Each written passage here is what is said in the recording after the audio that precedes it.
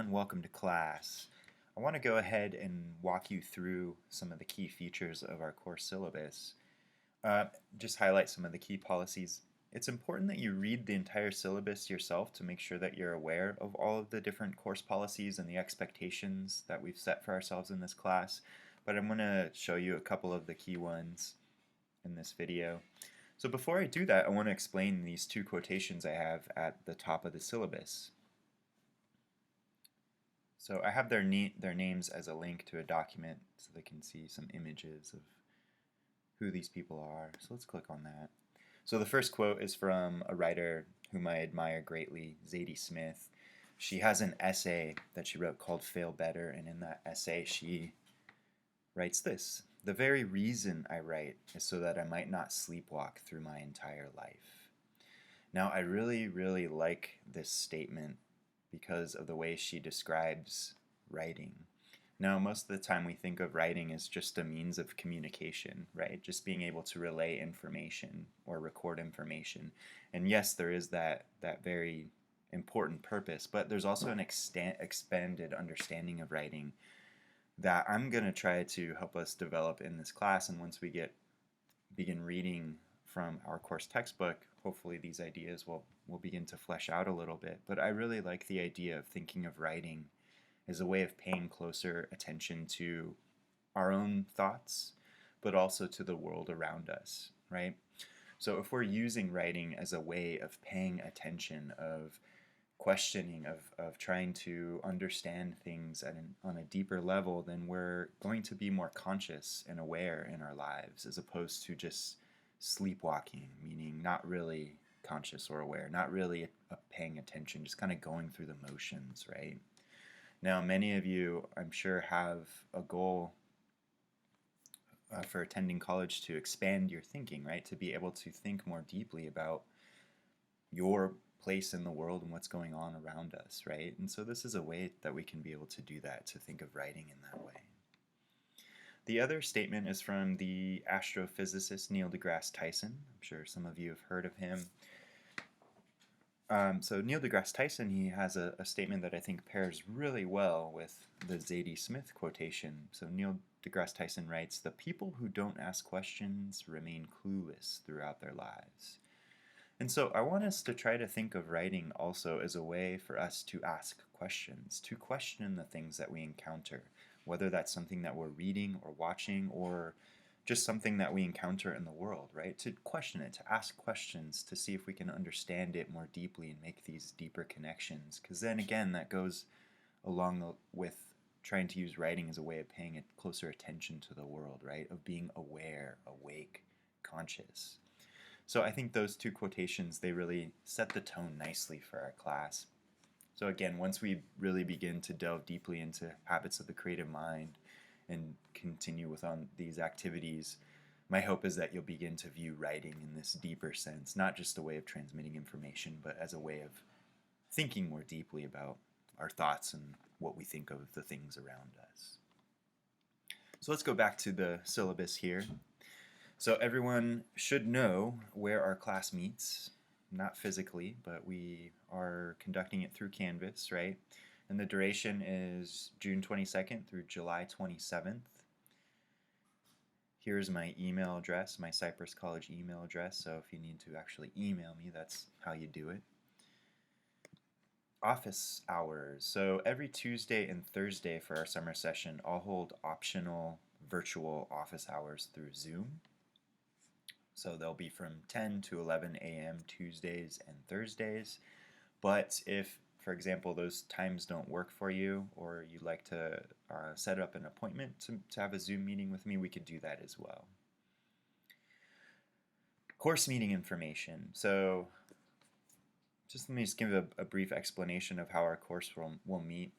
Let me read this. This course is taught entirely online in an asynchronous fashion, which means students do not need to log in or meet log into Canvas at a specific time during the week. Every Monday, a new module will be unlocked in Canvas, and it is the student's responsibility to complete the necessary readings, activities, and projects for each module by posted deadlines. Deadlines will be every Tuesday, Thursday, and Sunday by 11:59 p.m. Optional synchronous meetings will be held every Tuesday and Thursday from 10 to 11 a.m., where students can interact with the professor, in other words, me, and fellow classmates to ask questions and seek clarification on course material in real time. And I'm encouraging you to download the Canvas app to your mobile device just for added ease in accessing the course. I've downloaded the app to my phone and it's been very helpful for me. It's just a way to stay connected to the course more meaningfully. Course materials. So of course we need the course text. So that is Habits of the Creative Mind, the second edition. So again, it needs to be the second edition, not the first. You can either have the print version or the electronic format, no problem. An academic planner or a calendar of some kind. Studies show that students who make use of academic planners or calendars, meaning they structure their days, they tend to be more successful in college, not surprisingly because they're more organized, right? So I'm encouraging you to have some sort of planner or calendar, whether that's a physical one where you write in by hand your schedule, or on your computer or phone where you can organize your day-to-day routines. And then of course you'll need regular access to a computer with a reliable internet connection. Not surprising because it's an online course, right? And then finally, I think the most important course materials: an open mind, positive attitude, and a willingness to learn. So these things are really important to make our learning experience more meaningfully, to approach ideas with an open mind, not to dismiss them right away, especially if they're unfamiliar to us, to approach things with a positive attitude as best we can. I understand that we might have bad days here and there, but to be positive about our learning experience and to have a willingness to learn, to actually go along with the course, the expectations and activities of the course. Course description. So English 100 is a college-level course in written communication. It is designed to develop reading, critical thinking, and writing strategies necessary for academic success. The emphasis is on writing expository essays. The course requires the use of research and documentation skills.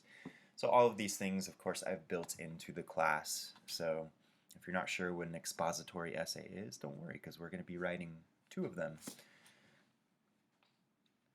Now the course objectives, I'm going to go ahead and just skip over this for now, just in the interest of time for this video, but these are all the objectives, the things that we're going to accomplish this summer session in our class. And again, if you're not really sure what these things mean, don't worry. I, as the instructor, have built them into the activities and the projects, right? So student learning outcomes for English 100. So these are going along with the objectives. Learning outcomes are what we are trying to accomplish in the course as well. Course values and objectives. So these are the values and objectives that I've implemented into this class. Let me read through this. This course values the importance of reading and writing in our lives. It understands that in order for a person to be critically engaged with their community and the world at large, they should be able to read and write well. It understands that power is granted to those who possess knowledge and the ability to think critically, and that education is a viable and important avenue for a person to take in order to improve the conditions of their life. This course also values curiosity, the potential for learning presented by confusion and failure, and the importance of deep learning and understanding over the simple memorization of facts and information in order to collect points for a grade. So as you'll learn in our course textbook, Habits of the Creative Mind, one of the key habits of mind that the authors identify is curiosity, having a sense of curiosity. So that's something that I'm going to encourage us to cultivate, to follow our curiosity with the things that we are reading and writing about.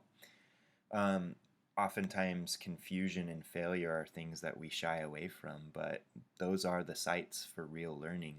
When we confront confusion or embrace confusion, meaning we go toward it, we have a greater potential of learning, just as when we examine the things that maybe didn't work out, our failures, mistakes, mishaps, etc., and try to learn from them, that we can grow more meaningfully. So those are things I'm going to encourage us in our course to adopt. And then, of course, the importance of deep learning. So really, I'm going to encourage you guys to cultivate and adopt the different habits of mind that the writers of our course textbook explain, instead of just kind of going through the motions to just complete the class. Okay, I'm going to actually pause this video and begin a new one just in the interest of time to kind of break it up, so stay tuned for part 2.